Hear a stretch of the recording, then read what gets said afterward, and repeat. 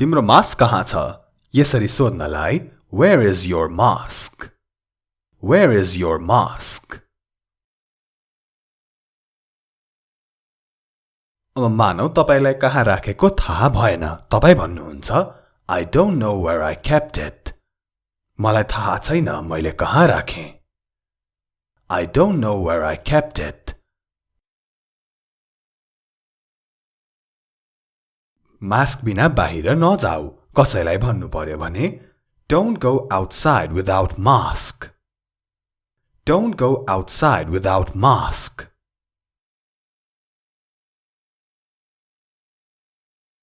हुन्छ म यो कुरालाई दिमागमा राख्नेछु.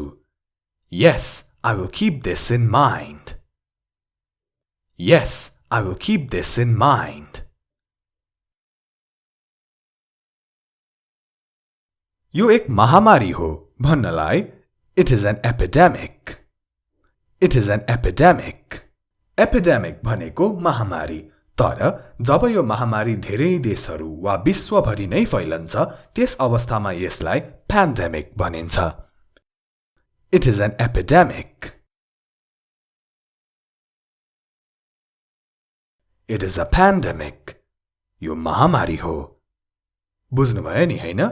र अंग्रेजीमा चाहिँ epidemic र pandemic भनिन्छ तर नेपालीमा छुट्टा छुट्टै शब्द छैन दुईटैले महामारी नै भनिन्छ है. It is a pandemic. तिमीलाई यो महामारीको बारेमा थाहा छैन? Don't you know about this epidemic? Don't you know about this epidemic? You should know this. तिमीलाई यो थाहा हुनुपर्छ. You should know this.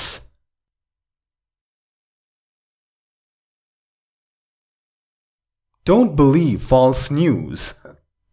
झुटो समाचारको विश्वास नगर. Don't believe false news.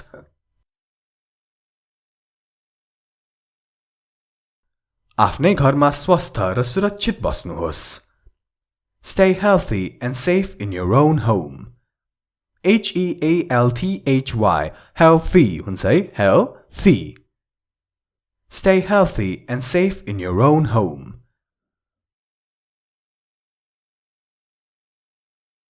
Drink lots of water and soup. धेरै पानी र सुप पिऊ. Drink lots of water and soup.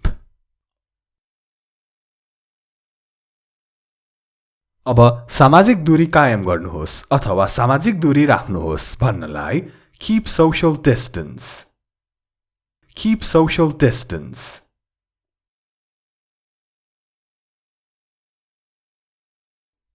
चिसो पानी नखाऊ अथवा नपिऊ.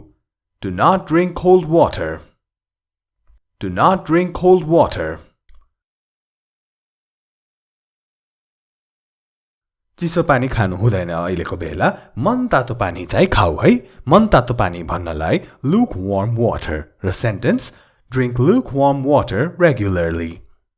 मन तातो पानी घरिघरि खाऊ. Drink lukewarm water regularly.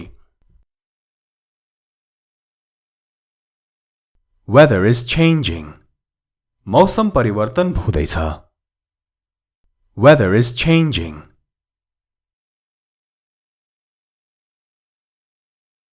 अनुहारमा बारम्बार हात लाने बानीबाट छुटकारा पाऊ. यस्तो भन्न Get rid of the habit of repeatedly touching your face. यो म अलि बिस्तारै पनि भन्छु. Get rid of the habit of repeatedly touching your face. Repeatedly, है? Repeatedly. Repeatedly. Get rid of the habit of repeatedly touching your face.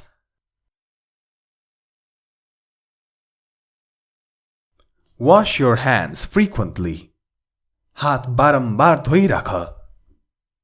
Wash your hands frequently.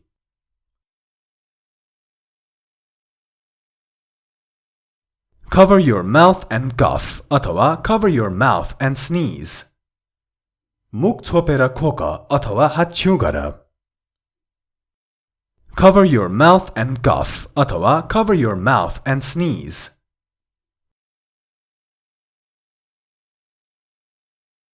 नियमित व्यायाम गर कसैलाई भन्नलाई exercise regularly. यो नेपालीमा पनि exercise गर पनि भन्न मिल्छ है, व्यायाम नै भनिराख्नु पर्दैन. Exercise regularly. र के तपाईहरुले भिडियोलाई लाइक गरिसक्नु भयो त? Have you already liked this video? यदि तपाईहरुले भिडियोलाई लाइक गरिसक्नु भएको छैन भने अहिले गर्न नभुल्नु होला. Be sure to like this video before we move forward. गर्नु भयो त? अगाडि बढौं न त है. Let's move forward. Eat lots of vegetarian food. धेरै से धेरै शाकाहारी खानेकुरा खानुहोस्. Eat lots of vegetarian food. Vegetarian, है? Vegetarian. Eat lots of vegetarian food.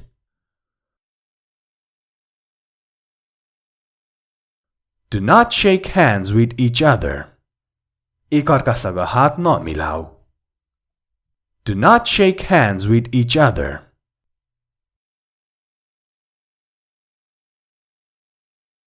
अब यदि कुनै समस्या भएमा भन्नु पर्यो भने if there is a problem, if there is a problem. अब यसपछि तपाई जे पनि भन्न सक्नुहुन्छ. एउटा उदाहरणमा हेरौं. Consult a doctor. डाक्टरसँग सल्लाह लिनुहोस्. Consult a doctor. If there is a problem, consult a doctor. अब स्वास्थ्यको ख्याल राख्नुहोस्. यसरी भन्नु पर्यो भने तपाईको स्वास्थ्यको ख्याल राख्नुहोस् अथवा आफ्नो स्वास्थ्यको ख्याल राख्नुहोस्. यसलाई इंग्लिशमा भनिन्छ take care of your health. Take care of your health. स्वास्थ्यको किन ध्यान राख्ने त? Because health is wealth. किनकि स्वास्थ्य नै धन हो. Because health is wealth. Health भनेको स्वास्थ्य, H लाई हटाएर W राख्दियो भने wealth हुन्छ. Wealth भनेको चाहिँ धन.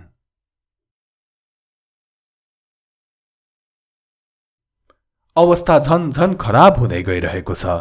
यो भन्नु पर्यो भने situation is getting worse. Situation is getting worse. मानिसहरू बिरामी हुँदैछन्. People are getting sick. People are getting sick. मानिसहरू बिरामी त हुँदैछन्, तर बिरामी छ भन्दैमा बिरामी मानिस हो भन्दैमा हेला गर्नु हुँदैन. र अब म भन्छु do not despise the sick. बिरामी मानिसलाई हेला नगर. Do not despise the sick. र यो एकदमै सत्य हो. And have you already subscribed to this channel, Hamro English Guru? के तपाईहरुले हाम्रो English Guru च्यानललाई सब्स्क्राइब गरिसक्नु भयो त? गर्नु भएको छैन भने अहिले गर्न नभुल्नु होला. Be sure to subscribe to this channel, Hamro English Guru, if you haven't subscribed to it already. ल अगाडि बढौं. अघि न मैले भने बिरामीलाई हेला नगर. के गर्ने त हेला नगरिकन? माया गर्ने. Love them instead of hating them. हेला गर्नुको सट्टा उनीहरूलाई माया गर. Love them instead of hating them. किनकि भोलि आफू पनि बिरामी पर्न सकिन्छ. Because tomorrow you can get sick too. किनकि भोलि तिमी पनि बिरामी पर्न सक्छौ. Because tomorrow you can get sick too. Think positive. सकारात्मक सोच्नुहोस्. Think positive. यो समयलाई खेर नफाल. यसरी कसैलाई बुझाउनु पर्यो, सम्झाउनु पर्यो अथवा भन्नु मात्र पर्यो भने don't waste this time. Don't waste this time. Make the best use of your time. समयको सही सदुपयोग गर्नुहोस्. Make the best use of your time.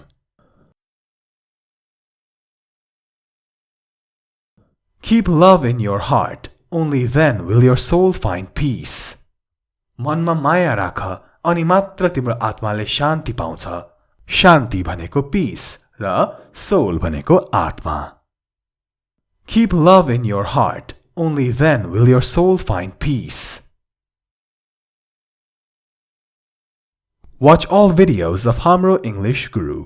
हाम्रो English गुरुको सबै भिडियोहरू हेर्नुहोस्. Watch all videos of Hamro English Guru. र यो एकदमै सत्य हो. हाम्रो English Guru च्यानलमा भएका सबै भिडियोहरू हेर्न नभुल्नुहोस् किनकि यो च्यानलमा तपाईहरुको अंग्रेजी सुधार्ने धेरै भिडियोहरू छन्. अनि यो च्यानललाई सब्स्क्राइब गरेर के पाउनु हुनेछ त? You will be able to increase your knowledge. Increase your knowledge भनेको आफ्नो ज्ञान बढाउनुहोस्. You will be able to increase your knowledge. ल आजको भिडियोको लागि यति नै.